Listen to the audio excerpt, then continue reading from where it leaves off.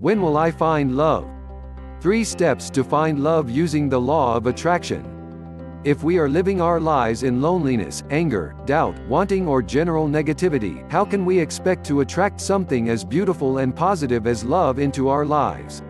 If you want to find love, the changes have to start with you. For now, here are 3 things you can do to start manifesting your soulmate. You have to believe. To receive, the first step to finding love is to believe that you are worthy of love. This may sound easy enough, but ask yourself this: if you already felt yourself to be worthy of love, why have you still not found it? Sometimes, we may feel as though our thoughts and actions are screaming out for love, when in fact, the doubts that we secretly harbor are blocking the way for our desires to manifest. So until this very moment, unknowingly or knowingly, you have allowed your doubts to hold you back from what it is that you want most: love. Next time you doubt your worth or your chance of finding love, try asking yourself the following 3 questions. What do I doubt? Example answer: my chance of finding love. Has anyone else in my situation found love? Example answer: yes. How often do you think that this happens around the world? Example answer: every second of every day. Every time you begin to feel doubt creeping in, ask yourself this quick set of questions and you should find yourself renewed with positivity, helping you to manifest love much quicker.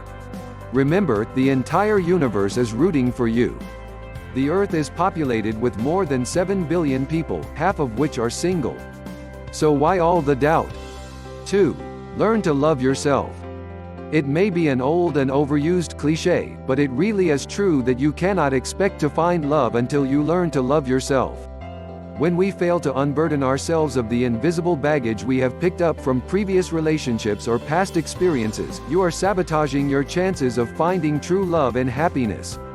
So, the first step is to release any feelings of guilt or negativity that you may still be harboring from getting over a breakup or past relationship. To do this, the key is to learn how to interpret positively and to let go. Having repetitive thoughts such as, my last boyfriend cheated on me. I don't ever want to risk feeling that hurt again is an example of a resistant thought that can non-deliberately attract the kind of relationships that you don't want back into your life. After all, we attract what our thoughts give attention to.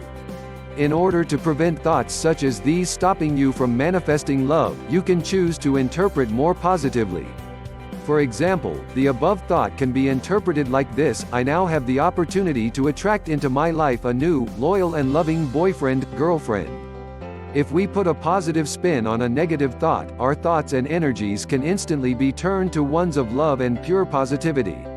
We attract what we are feeling. Transform yourself into a temple of love, inner peace and happiness.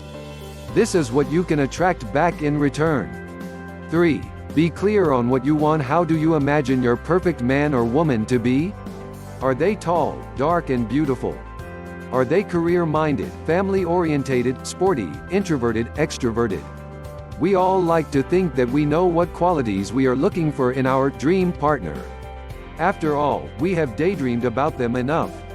But how well do you know what you are really looking for from your next big love? For the law of attraction to work in any area of your life, you must first achieve absolute clarity on what it is that you want. Paint the perfect picture in your mind's eye of what you are looking for, and that is what you can attract. Spend time getting clear on what it is that you want. Having trouble pinpointing the exact qualities that you are looking for in your ideal partner? Then first, try thinking about what it is that you don't want. Generally speaking, many people find it much easier to think of the things that they don't want, i.e., someone who hates dancing, someone that works away from home a lot, somebody with bad hygiene, etc. Use this mental list of things that you do not want to see in a partner to then decide what it is that you do want, i.e., someone that is outgoing and loves dancing, somebody that takes good care of themselves and their appearance. Sometimes it can be helpful to think back to past relationships, in order to identify what you didn't enjoy about those relationships and decide what you do want from your next one. All you need is love. If you look closely enough, your life is probably already full to bursting with love. Love for your siblings and parents, love for your loyal pet, love for your friends, love for your fellow man. It is when we all stop to appreciate the abundance of love that we are already feeling and receiving in our lives that we become more loving and full of thoughts of love and happiness. And it is when we become love that our greatest love of all can find us.